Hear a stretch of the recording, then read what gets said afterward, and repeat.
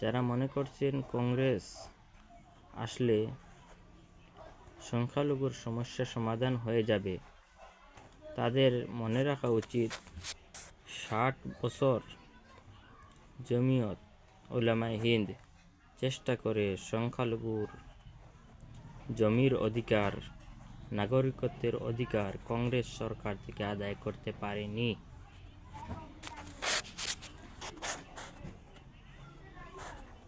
কংগ্রেস ক্ষমতায় থাকলে সংখ্যালঘুর অধিকার দেবে না, কারণ আসামে যেই সরকার আসুক না কেন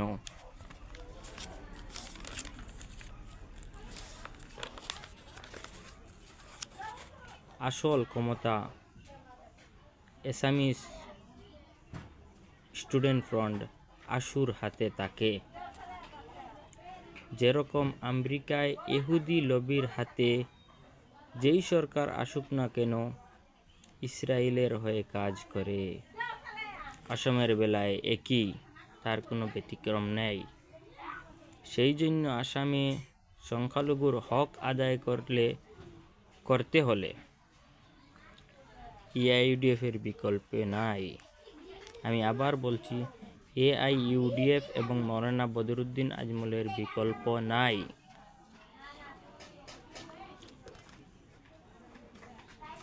যদি আসামে কংগ্রেস 50টি আসন পায় আর এআইইউডিএফ 20 আসন পায়, তবে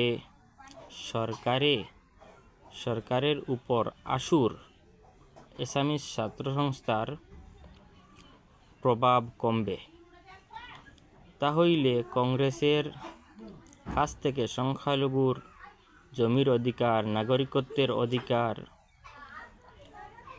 শিক্ষার অধিকার আদায় করা যেতে পারে।